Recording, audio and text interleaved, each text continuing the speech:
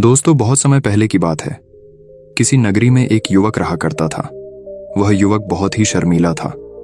वह इतना शर्मीला था कि जब भी उसके सामने कोई नया व्यक्ति आ खड़ा होता तो वह उससे बात तक नहीं करता था। यहां तक कि जिन्हें वह जानता था, पहचानता था, उनसे भी बात करने में उसे बहुत शर्माया करता था। वह उनसे भी ठीक से बात नहीं कर पाता था और अपनी इस समस्या के कारण वह खुद ही बहुत परेशान रहता था, क्योंकि वह अपने जीवन में कुछ कर ही नहीं पा रहा था। धीरे धीरे समय बीतता गया और समय बीतने के साथ साथ उस युवक की शर्माने की आदत भी बढ़ती चली गई, जिसके कारण वह अत्यधिक निराश रहने लगा, परेशान रहने लगा, चिंतित रहने लगा। उसे यह समझ नहीं आ रहा था कि वह अपनी इस समस्या से किस तरह से छुटकारा पाए। उसके घर वाले भी अब उसकी इस समस्या को लेकर बहुत चिंतित रहने लगे थे। वे सोचते थे, इसका क्या होगा, ये अपने जीवन में कुछ कर पाएगा भी या नहीं। जब भी वह कहीं पर काम के लिए जाता तो लोग उसके इस सीधेपन का फायदा उठाते, उसे परेशान करते। वह कुछ ज्यादा कह नहीं पाता था, जिसके कारण उसे कोई कुछ भी कह देता और वहां से चला जाता है। इन्हीं सब कारणों की वजह से उसका मन कहीं भी किसी भी काम में नहीं लगता। वह हर काम को कुछ ही दिनों में छोड़ दिया करता। उसके मन में बहुत कुछ चल रहा था। उसके मन में विचारों के तूफान उठ रहे थे। वह सबसे बहुत कुछ कहना चाहता था, लेकिन अपनी इस आदत के कारण वह किसी से कुछ नहीं कह पा रहा था। वह अंदर ही अंदर घुटता जा रहा था। सारे विचार, सारी बातें उसके मन में ही दबी पड़ी थीं। लेकिन कभी भी वह किसी से भी अपने मन की बात नहीं बताता था। जब छोटा सा बच्चा था तब उसे लोग बहुत पसंद करते थे। उसकी इस आदत को भी लोग सराहते थे। लेकिन इसी आदत की वजह से जब वह बड़ा हो गया, युवा हो गया, तो इसी आदत के कारण उसे अपना जीवन जीने में भी अत्यधिक परेशानियां उठानी पड़ रही थीं और वह युवक भी अपनी इस गलती के कारण बहुत परेशान रहता। अपनी इस एक आदत से छुटकारा पाना चाहता था। वह चाहता था कि वह लोगों से अपने मन की बात खुलकर कह पाए। जो कुछ करना चाहता है, जो कुछ कहना चाहता है, वह सबसे वह खुलकर कह सके, कर सके। लेकिन जब भी कोई दूसरा उसके सामने आता तो उसकी जुबान मानो खुलती ही नहीं। यहां तक कि वह अपने माता पिता के सामने भी ठीक से बात नहीं कर पाता था। केवल उसके कुछ मित्र थे जिनसे वह अपने मन की बात कर पाता था। जब भी वह किसी बात का जवाब देता तो लोग उसकी हंसी उड़ाते थे, उसका मजाक बनाते। लोग कहते हैं कि आज तो तेरे मुंह में भी जबान आ गई है। यह समस्या दिन ब दिन बढ़ती चली जा रही थी और इस समस्या के कारण अब उसके पिता भी अत्यधिक चिंतित रहने लगे थे। वह चाहते थे कि उनका बेटा भी दूसरों के सामने अपने मन की बात रख सके। लेकिन एक दिन जब अपने उस बेटे को दूसरों के सामने शर्मिंदा होता हुआ देख रहे थे, तभी उन्हें बहुत क्रोध आया और वह अपने बेटे को खरी खोटी सुनाने लगे। उन्होंने उसे इतना डांट दिया कि वह युवा लड़का अत्यधिक क्रोधित हो गया और वहां से बिना कुछ कहे वहां से चला गया। शाम हो चुकी थी और अब तक उनका बेटा घर नहीं लौटा था। माता और पिता दोनों बड़े ही चिंतित थे। वे अपने बेटे को वापस घर पर देखना चाहते थे, लेकिन युवा लड़का तो भागते भागते पहाड़ की चोटी पर जा पहुंचा था। वह वहां से नीचे की ओर झांक रहा था और ईश्वर से कह रहा था, हे भगवान, आपने मुझे ऐसा क्यों बनाया? लोग मेरा मजाक उड़ाते हैं, लोग मेरी हंसी उड़ाते हैं। जब मैं इस दुनिया में अपने मन की बात रख ही नहीं सकता, मैं किसी से कुछ कह ही नहीं सकता, तो फिर मैं इस जीवन को जी कर क्या करूंगा? जब भी मैं किसी से कुछ कहने की कोशिश करता हूं तो लोग मेरा मजाक बनाते हैं, मेरी हंसी उड़ाते हैं, यहां तक कि वह मुझसे कुछ भी कहकर चले जाते हैं और मैं उनका जवाब नहीं दे पाता। ऐसा जीवन जीकर मुझे क्या मिलेगा? इसलिए मैं तेरे पास आ रहा हूं। इतना कहकर जैसे ही वह युवक कूदने की तैयारी कर रहा था कि तभी पीछे से आवाज सुनाई पड़ी, बेटा, जान देना तो बहुत आसान है, लेकिन इस जान को तुम वापस नहीं पा सकोगे। जैसे ही ये आवाज उसके कानों में पड़ी, वह पीछे मुड़कर देखने लगा। उसने जैसे ही पीछे मुड़कर देखा, उसने पाया कि एक बौद्ध भिक्षु उसके पीछे खड़े हैं। उन्हें देखकर वह डर सा गया और अपने कदम पीछे खींच लिए और चुपचाप वहां पर खड़ा हो गया। अपनी आदत के कारण वह उनसे कुछ कह नहीं पा रहा था। तभी बौद्ध भिक्षु उस युवक से कहते हैं, बेटा, क्या बात है? आखिर तुम यहां पर क्या कर रहे हो और तुम अपने इस जीवन को क्यों समाप्त करना चाहते हो? ये अनमोल जीवन बहुत कम लोगों को नसीब होता है और तुम्हें यह जीवन व्यर्थ लगता है। इस पर वह युवक कहता है, नहीं नहीं, कुछ नहीं, मैं तो बस यहां पर खड़ा होकर देख रहा था। तभी बौद्ध भिक्षु उस युवक से कहते हैं, बेटा, मैं जानता हूं कि तुम यहां पर क्या करने आए थे। तुम मुझसे कुछ नहीं छुपा सकते, लेकिन मैं चाहता हूं कि तुम अपनी समस्या मुझसे खुद बताओ, तभी मैं उसका समाधान तुम्हें बता पाऊंगा। यदि तुम चाहते हो कि कोई तुम्हारी मदद करे तो उसके लिए पहले तुम्हें ही आगे बढ़ना होगा। यदि तुम चाहते हो कि मैं तुम्हारी समस्या का समाधान करूं तो तुम्हें मुझे अपनी समस्या बतानी होगी, वरना मैं कुछ नहीं कर सकूंगा। उन बौद्ध भिक्षु की यह बात सुनकर वह युवक कहता है, नहीं नहीं, मैं ठीक हूं, मैं सच कह रहा हूं। उस युवक की यह बात सुनकर बौद्ध भिक्षु उस युवक से कहते हैं, ठीक है बेटा, यदि तुम नहीं चाहते कि मैं तुम्हारी मदद करूं तो कोई बात नहीं, मैं तुम्हारी बात पर विश्वास कर लेता हूं। लेकिन तुम्हें भी मेरी एक बात पर विश्वास करना चाहिए कि मैं तुम्हारी मदद के लिए ही यहां पर आया हूं। तुम चाहो तो तुम अपनी समस्या मुझे बता सकते हो और मैं तुम्हारी इस समस्या का समाधान भी अवश्य करूंगा। इसका जवाब देते हुए युवक उन बौद्ध भिक्षु से कहता है, नहीं नहीं, मैं ठीक हूं, आप जाइए। इस पर वह बौद्ध भिक्षु उस युवक से कहते हैं, ठीक है बेटा, यदि तुम चाहते हो कि मैं यहां से चला जाऊं तो मैं यहां से चला जाता हूं, लेकिन मेरी एक बात याद रखना, मेरे जाने के बाद मैं तुम्हारी कोई मदद नहीं कर पाऊंगा और हो सकता है कि तुम्हारी मदद के लिए कोई और आगे भी ना आए। इतना कहकर बौद्ध भिक्षु पीछे की ओर मुड़े और अपने मार्ग में आगे बढ़ने लगे। वो युवक वहीं पर खड़ा होकर ये सब देख रहा था। जैसे ही वह कुछ दूर पहुंचे तभी उस युवक ने जोर से आवाज लगाई, गुरुदेव, मेरी समस्या बहुत बड़ी है, क्या आप उसका समाधान कर सकेंगे? क्या आप मुझे उसका समाधान दे सकेंगे? यह सुनकर बौद्ध भिक्षु वहीं पर खड़े हो गए और पीछे मुड़कर उन्होंने उस युवक की बात का जवाब देते हुए कहा, बेटा, इस दुनिया में कोई भी ऐसी समस्या नहीं है जिसका कोई समाधान ना हो। यदि तुम मुझे अपनी समस्या बताओगे तो मैं उसका समाधान अवश्य करूंगा। तभी वह युवक उन बौद्ध भिक्षु से अपनी समस्या बताते हुए कहता है, गुरुवर, मेरी एक बहुत बड़ी समस्या है कि मैं शर्मिला हूं, जिसके कारण मैं किसी से कोई बात नहीं कर पाता। यहां तक कि मैं अपने मन की बात भी किसी को नहीं बता पाता। जब भी मैं किसी से बात करने की कोशिश करता हूं तो लोग मेरा मजाक उड़ाते हैं, मेरी हंसी उड़ाते हैं। जब भी मुझे कोई खरी खोटी सुनाता है, उलटी सीधी बातें करता है, तो मैं उनका जवाब नहीं दे पाता। मैं लोगों की तरह चालाक बनना चाहता हूं, लोगों की तरह बातों का जवाब देना चाहता हूं, अपने मन की बात करना चाहता हूं। मैं इस दुनिया के साथ कदम से कदम मिलाकर आगे बढ़ना चाहता हूं। क्या इसका कोई समाधान है? उन बौद्ध भिक्षु ने उस युवक की सारी बातें ध्यानपूर्वक सुनी और फिर जवाब देते हुए कहते हैं, बेटा, जरूरत से ज्यादा शर्मीला होना, इसका अर्थ यह है कि तुम्हारे अंदर कोई डर है जिसे तुम पहचान नहीं पा रहे हो, जिसका कारण उसका समाधान करने में भी असमर्थ है। शर्म करना अलग बात है और डरना अलग। जब हमारे भीतर डर होता है तब हम कहीं भी किसी से भी कोई भी बात नहीं कर सकते। हमें चारों तरफ केवल डर ही नजर आता है और हम हर जगह से डरते ही रहते हैं। लेकिन इसे शर्माना नहीं कहते।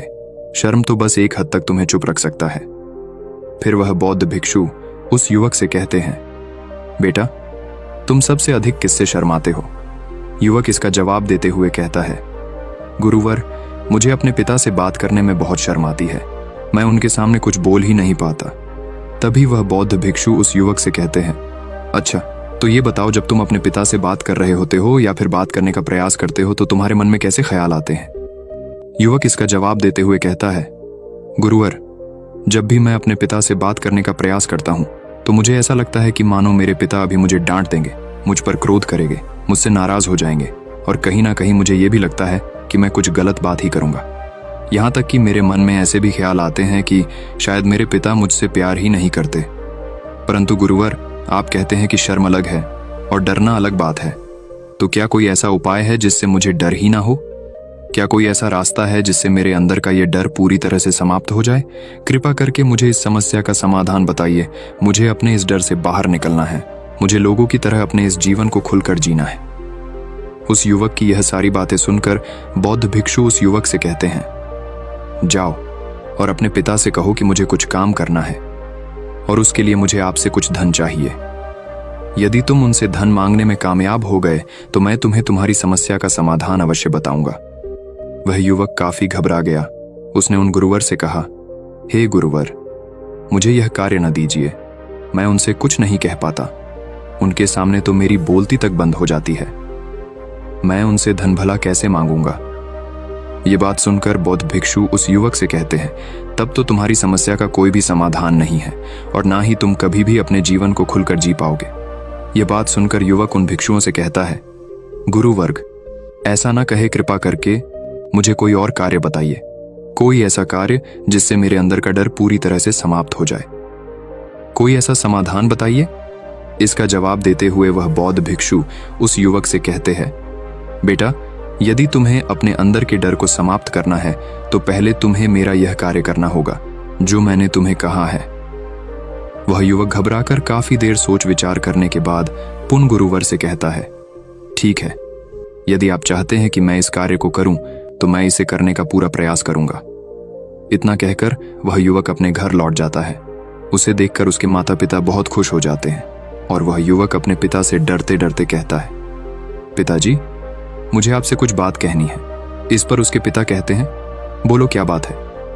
युवक आगे कहता है, पिताजी, मैं कुछ काम करना चाहता हूं और उसके लिए मुझे आपसे कुछ धन चाहिए। क्या आप मुझे कुछ धन दे सकते हैं? इतना सुनकर उस युवक के पिता ने उसकी ओर ध्यान से देखा। काफी देर देखने के बाद वह खुशी से झूम उठे और तुरंत ही उन्होंने कुछ धन अपने पुत्र के हाथों पर रख दिया और कहने लगे, बेटा, इतना धन काफी है कि तुम्हें और चाहिए। इसके जवाब में वह युवक अपने पिता से कहता है, नहीं नहीं पिताजी, इतना काफी है, मैं इतने से काम चला लूंगा। वह युवक को उस धन को लेकर तुरंत दौड़ा दौड़ा उन बौद्ध भिक्षु के पास लौटा और जो धन उसने अपने हाथों में ले रखा था उसे दिखाते हुए वह कहता है, गुरुवर, जैसा आपने कहा था मैं धन लेकर आपके पास आ चुका हूं। मैंने अपने पिता से धन मांग लिया है। अब मुझे आप मेरी समस्या का समाधान बताओ। तभी बौद्ध भिक्षु उस युवक से कहते हैं, अरे इतनी जल्दी क्या है, अभी तो तुम्हें मेरे लिए एक और काम करना है, तभी मैं तुम्हें तुम्हारी समस्या का समाधान अवश्य बताऊंगा। और यदि तुम मेरे लिए इस कार्य को पूरा नहीं कर सके तो मैं तुम्हें कभी भी तुम्हारी समस्या का समाधान नहीं बताने वाला। तभी वह युवक उन बौद्ध भिक्षुओं से कहता है, हे गुरुवर, अभी तो मैंने आपके लिए एक काम किया है, अभी आप मुझे एक और काम करने के लिए कह रहे हैं। तभी बौद्ध भिक्षु उस युवक से कहते हैं, हाँ, तुम्हें मेरे लिए एक और काम करना ही होगा। वह युवक एक बार फिर से काफी देर सोच विचार कर उन बौद्ध भिक्षु से कहता है, अच्छा ठीक है, बताइए अब मुझे क्या करना है। इसके जवाब में बौद्ध भिक्षु उस युवक से कहते हैं, जाओ और यह धन जो तुमने अपने पिता से मांग कर लाया है, इस धन को वापस अपने पिता को लौटा दो और साथ साथ ये भी कहना कि पिताजी, मैं अभी काम नहीं करना चाहता हूं, लेकिन जब समय आएगा तो मैं आपसे यह धन वापस ले लूंगा और उससे अपना काम पूरा करूंगा। यह बात सुनकर युवक एक बार फिर से ऊपर से नीचे तक पूरी तरह से कांप गया और कहने लगा, गुरुवर, आप मुझे कोई और काम सौंप दीजिए, मैं उसे जरूर करूंगा। लेकिन अब यदि मैं धन लेकर उनके पास वापस गया तो वह क्या सोचेंगे मेरे बारे में? मैं तो शर्मिंदा हो जाऊंगा उनके सामने। इसलिए गुरुवर, कृपया करके मुझे कोई और काम दे। तभी बौद्ध भिक्षु उस युवक से कहते हैं, बेटा, जो काम मैंने तुम्हें सौंपा है तुम्हें उसी कार्य को पूरा करना होगा, अन्यथा तुम्हारी समस्या का समाधान मैं तुम्हें नहीं बताने वाला। काफी देर सोच विचार करने के बाद वह उन बौद्ध भिक्षु से कहता है, ठीक है गुरुवर, मैं वापस जाता हूं और ये धन लौटाकर मैं अब भी आता। वह तुरंत दौड़ा अपने पिता के पास वापस लौटा और उसने अपने पिता से कहा, पिताजी, मैं यह धन अभी नहीं लेना चाहता, अभी ये धन आप मुझसे वापस ले लीजिए। जब मुझे कोई काम पड़ेगा तो मैं आपसे ये धन वापस ले लूंगा। उसके पिता ने उस युवक की तरफ घूर घूर कर काफी देर तक देखा और फिर मुस्कुराते हुए कहने लगे, बेटा, मैं समझता हूं कि किसी भी काम को शुरू करने से पहले हमें उसके बारे में जानकारी इकट्ठा करनी चाहिए। उसके बारे में समझना जरूरी है। कब, क्या, कैसे और कब तक करना है, इसके बारे में भी हमें जानकारी लेनी जरूरी है। कोई भी काम ऐसे ही नहीं शुरू किया जा सकता, उसमें हम नहीं होंगे या फिर नहीं, इसका भी अनुमान हमें लगाना पड़ता है। और जब हम इन सभी के बारे में सही जानकारी प्राप्त कर लेते हैं तभी हमें धन लगाना चाहिए। मुझे बहुत खुशी है कि तुमने ये सही निर्णय लिया है। जब तुम्हें यह समझ में आ जाए कि जो कार्य तुम करने जा रहे हो वह तुम्हारे लिए उचित है, तब तुम चाहो तो मैं तुम्हें यह धन वापस लौटा दूंगा। युवक अपने पिता से यह सारी बातें सुनकर मन ही मन बहुत प्रसन्न था। उसने ये तो उम्मीद तक नहीं की थी कि उसके पिता हंसकर उसे इस तरह से सारी बातें समझाएंगे। वह मन ही मन ये सोच ही रहा था कि तभी उसके पिताजी उसके और करीब आए और अपनी उस युवा बेटे को गले से लगा लिया। जैसे ही उसके पिता ने उस युवक को गले से लगाया, उसको बहुत अच्छा महसूस हुआ। उसका आत्मविश्वास, उसका हौसला और बढ़ता गया। उसके बाद युवक वापस पुन गुरुवर के पास लौटा और कहने लगा, गुरुवर, जैसा आपने कहा था मैंने बिल्कुल वैसा ही किया है। मैंने धन अपने पिता को वापस कर दिया है। अब तो कृपया करके मुझे मेरी समस्या का समाधान बता दीजिए। तभी बौद्ध भिक्षु उस युवक की तरफ देखकर मुस्कुराते हैं और इस युवक से कहते हैं, बेटा इतनी जल्दी क्या है, अभी तो तुम्हें मेरे लिए एक और काम करना ही पड़ेगा। वह युवक कहता है, महाराज, आप आखिर मुझसे बार बार इस तरह से काम क्यों करवा रहे हैं? क्या आपके पास मेरी समस्या का कोई समाधान नहीं है? कहीं आप मुझे बेवकूफ तो नहीं बना रहे? जिस तरह से लोग मुझे बेवकूफ बनाते हैं, क्या आप भी मेरे साथ वही तो नहीं कर रहे? आपने कहा जाओ अपने पिता से पैसे मांग कर लाओ, मैंने पैसे मांग कर लाए आपने, फिर कहा जाओ ये पैसे अपने पिता को लौटा कर आओ, मैंने आपके कहे अनुसार बिल्कुल वैसा ही किया। और अब आप कह रहे हैं कि मैं आपके लिए एक और काम करूं? नहीं, ये मुझसे नहीं होगा। तभी बौद्ध भिक्षु उस युवक की तरफ देखकर मुस्कुराते हैं और कहते हैं, बेटा बस ये आखिरी काम है और यह बहुत सरल भी है। तुम जैसे ही इस कार्य को पूरा करोगे, मैं तुम्हें वचन देता हूं कि मैं तुम्हारी समस्या का समाधान तुम्हें अवश्य बताऊंगा। इस पर वह युवक फिर से एक बार सोच विचार करता है और उन बौद्ध भिक्षु से कहता है, ठीक है, लेकिन ये आखिरी काम जो मैं आपके लिए करूंगा, बताइए मुझे क्या करना है।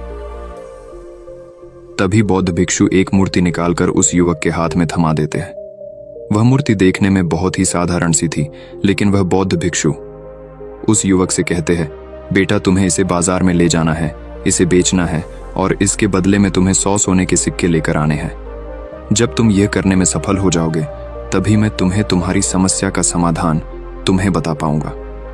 वह युवक उस मूर्ति को अपने हाथ में लेकर बड़े ही गौर से देखता है और उन बौद्ध भिक्षुओं से कहता है, हे गुरुवर, ये तो बड़ी ही साधारण सी मूर्ति लग रही है, मानो मिट्टी की बनाई गई। इसके लिए भला 100 सोने के सिक्के मुझे कौन देगा? कहीं आपका माथा फिर तो नहीं गया है? इसके 1 या 2 सोने के सिक्के मिल जाए, वही बहुत है, लेकिन इसके लिए 100 सोने के सिक्के कोई नहीं देगा। तभी बौद्ध भिक्षु उस युवक से कहते हैं, बेटा मैंने जो तुम्हें काम सौंपा है, यदि तुम उसे पूरा करोगे तभी तुम्हें तुम्हारी समस्या का समाधान मिल पाएगा, अन्यथा तुम चाहो तो अपने घर लौट सकते हो, फिर से वही अपने पुराने जीवन में जहां लोग तुम्हारा मजाक बनाते हैं, लोग तुम्हें डराते हैं, सताते। मैं तुम्हें यहाँ अपने डर को निकालने में तुम्हारी मदद कर रहा हूँ। तुम मेरे यहाँ काम करके अपने डर को धीरे धीरे भगा पाओगे। मेरे इस काम को पूरा कर दो, तुम्हें सब समझ आ जाएगा। वह युवक उन बौद्ध भिक्षुओं की बात सुनकर मन ही मन ये विचार करता है कि मुझे तो मेरी समस्या का समाधान किसी भी हालत में चाहिए, जिस कारण वह उस मूर्ति को उठाकर बाजार की ओर चल पड़ता है। बाजार पहुंचकर वो एक जगह चुपचाप उस मूर्ति को लेकर खड़ा हो जाता है और इंतजार करने लगता है कि कोई आएगा और उसे उस मूर्ति के बारे में पूछेगा, और तब वह उस मूर्ति के लिए 100 सोने के सिक्के की मांग करेगा। देखते ही देखते काफी समय बीत गया, लेकिन अभी तक उसके पास कोई भी व्यक्ति नहीं आया था। उसने आसपास देखा तो लोग चिल्ला चिल्ला कर अपने सामानों को बेच रहे थे, जोर जोर से आवाज लगा रहे थे। उसने भी सोचा, यदि मुझे अपनी इस मूर्ति को बेचना है तो मुझे भी जोर जोर से आवाज लगानी होगी। उस युवक ने चिल्लाना शुरू किया, लेकिन वह इतनी जोर से नहीं चिल्ला रहा था, उसकी आवाज उसे खुद तक सुनाई नहीं पड़ रही थी। तो भला उसकी आवाज को दूसरे कैसे सुनते, जिस कारण उसे कोई भी व्यक्ति खरीदने के लिए तैयार नहीं था। धीरे धीरे शाम का समय हो चुका था और उस व्यक्ति को यह डर था कि कहीं वह बौद्ध भिक्षु वहां से कहीं चला ना जाए, अन्यथा उसे उसकी समस्या का समाधान कौन देगा। ये सोचकर उसने जोर जोर से आवाज लगानी शुरू की कि 100 सोने के सिक्के में यह मूर्ति ले लो। उसकी आवाज सुनकर लोग उसके पास आने लगे और उससे यह सवाल करने लगे, इस मूर्ति में ऐसा क्या है जो तुम इसके लिए 100 सोने के सिक्कों की मांग रहे हो? इसके अंदर ऐसा कुछ तो खास होगा ही। युवक काफी देर सोच विचार कर उस युवक से कहता है, नहीं नहीं, मुझे कुछ नहीं पता, मैं तो बस ये मूर्ति यहां पर बेचने आया हूं। तभी उसमें से एक युवक उस युवक से कहता है, अगर ऐसी बात है तो इस मूर्ति को कोई नहीं खरीदने वाला। आखिर इस मूर्ति में ऐसा क्या खास है जिसके लिए तुम सोने के सिक्के की मांग कर रहे हो? ये तो तुम्हें बताना ही पड़ेगा। धीरे धीरे कई लोग उसके पास आए और सभी ने बस एक ही सवाल किया, आखिर इस मूर्ति में ऐसा क्या खास है, ऐसी क्या बात है जिसके लिए तुम सोने के सिक्के की मांग कर रहे? उस युवक ने उससे बातचीत की, उन्हें समझाने की कोशिश की, कई प्रयत्न किए, लेकिन कोई भी उस मूर्ति को सोने के सिक्के देकर खरीदने के लिए तैयार नहीं था। वह निराश हो गया, उसे कुछ समझ नहीं आ रहा था कि वह क्या करे। तभी बाजार में उसने देखा कि कुछ लोग अपने सामानों की खासियत बता रहे हैं, उसे बेचने के लिए उसकी खास खास बातों के बारे में लोगों को समझा रहे हैं। ये देखकर उसने भी सोचा कि मुझे भी इस मूर्ति की कुछ खासियत लोगों को बतानी है। उसने फिर एक बार जोर जोर से आवाज लगानी शुरू की, समस्या का समाधान निकालने वाली मेरी गुरु की इकलौती मूर्ति, जो इस दुनिया में केवल एक ही है। जिसके पास भी यह मूर्ति होगी उसके घर में कोई समस्या नहीं होगी। यह मूर्ति उस समस्या का समाधान तुम्हें अवश्य बताएगी। ये सुनकर लोग उसके पास पहुंचने लगे और उसे ये सवाल करने लगे, क्या सच में ये मूर्ति जिसके पास होगी उसके पास कोई समस्या नहीं होगी? क्या सच में ये सभी समस्याओं का समाधान करती है?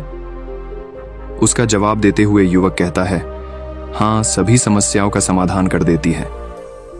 यदि आप इस मूर्ति को ले जाते हैं, आपके घर में कोई भी समस्या होगी तो उसका समाधान यह आपको अवश्य बताएगी। चाहे कोई भी समस्या हो, कैसी भी समस्या हो, कैसी भी परिस्थिति हो, आपको इसका समाधान अवश्य मिलेगा। इतना सुनने के बाद अब वही एक मूर्ति सबको चाहिए थी, उस मूर्ति के दाम लगाने लगे। कोई उसे 200 सोने के सिक्के, तो कोई 400, कोई 6, 7, तो कोई 1000 सोने के सिक्के देने के लिए तैयार था। उस मूर्ति की कीमत लगातार बढ़ती जा रही थी। जैसे जैसे लोगों को पता चलता जा रहा था कि ये मूर्ति लोगों की समस्या का समाधान करती है, लोग उसे किसी भी कीमत पर खरीदने के लिए तैयार हो गए थे। अब वह युवक भी आत्मविश्वास के साथ और जोर से चिल्ला रहा था, लोगों को उस मूर्ति के बारे में समझा रहा था, बता रहा था। अब उसके मन में कोई डर नहीं था। वह लोगों को उस मूर्ति के बारे में पूरे आत्मविश्वास के साथ बिना घबराए उस मूर्ति की खासियत बताने में लगा हुआ था, जिसके कारण लोग उस पर भरोसा कर रहे थे और वह भरोसा लोगों की नजरों में नजर भी आ रहा था। जैसे जैसे अंधेरा होता गया, लेकिन लोगों की भीड़ मानो कम होने का नाम ही नहीं ले रही थी। लोग उस मूर्ति को खरीदना चाहते थे। उस युवक ने जोर से आवाज लगाई कि मुझे क्षमा करे, यह मेरे गुरु की मूर्ति है और मैं इसे बेचना नहीं चाहता। इतना कहकर वह युवक उस मूर्ति को लेकर वापस खाली हाथ लौट आया और उन गुरुवर के पास पहुंचा और उन गुरुवार से कहने लगा, हे गुरुदेव, आपका बहुत बहुत धन्यवाद। इस मूर्ति ने मेरी समस्या का समाधान कर दिया। मुझे समझ में आ गया कि मेरी क्या समस्या थी। हालांकि मैं इसे बेचकर सोने के सिक्के तो आपके लिए नहीं ला पाया, लेकिन मुझे मेरी समस्या का समाधान अवश्य मिल गया। आपका बहुत बहुत धन्यवाद। इस बात को सुनकर बौद्ध भिक्षु उस युवक से कहते हैं, बेटा, मैंने तुम्हारी समस्या का समाधान नहीं किया है, तुमने तो खुद ही अपनी समस्या का समाधान किया। अपनी समस्या तुमने खुद ही सुलझा ली है। तुम्हारे मन में हजारों सवाल थे, मैं ये करूंगा तो लोग मेरे बारे में क्या सोचेंगे, यदि मैं अपना मुंह खोलूंगा तो लोग मेरे पर हंसेंगे, यदि मैंने मुंह खोला तो मैं कुछ गलत ही करूंगा। ऐसे कई सारे विचार तुम्हारे मन में थे, ऐसे कई सारे डर तुमने अपने मन में पाल रखे थे। लेकिन जब इस मूर्ति के बेचने के दौरान तुमने उन हजारों लोगों का सामना किया, उनके सामने खुलकर अपनी बात रखी, उनके सामने खुलकर वह कहा जो तुम्हें कहना था, तो तुम्हारे मन का डर खुद खुद समाप्त हो गया। जिसे तुम शर्मा ना कहते थे, वो अपने आप ही तुम्हारे भीतर से कहीं गायब हो गया। युवक अपने गुरु की यह बात सुनकर अपने गुरुवार से कहता है, गुरुवर, आप सही कहते हैं। आपने आज मेरे मन में वो विश्वास जगा दिया है जिसे मैं अब अपने जीवन में कुछ भी हासिल कर सकता हूं। आपका बहुत बहुत धन्यवाद। डर को धीरे धीरे खत्म करने से ना ही आपको शर्म आएगी और ना ही डर लगेगा, और जब आपके भीतर का डर हमेशा के लिए समाप्त हो जाएगा तो आप अपने जीवन में जो भी कुछ करना चाहते हैं, जो भी कुछ पाना चाहते हैं, उसका रास्ता आपके लिए पूरी तरह से साफ हो जाएगा और आप अपने मार्ग पर तेजी से आगे की ओर बढ़ने में सक्षम भी हो जाएंगे। इसलिए लोग क्या कहते हैं, क्या कहेंगे, ये सब छोड़ दीजिए और खुद पर विश्वास कीजिए, क्योंकि आप ही हैं जो अपने इस डर का सामना कर सकते हैं।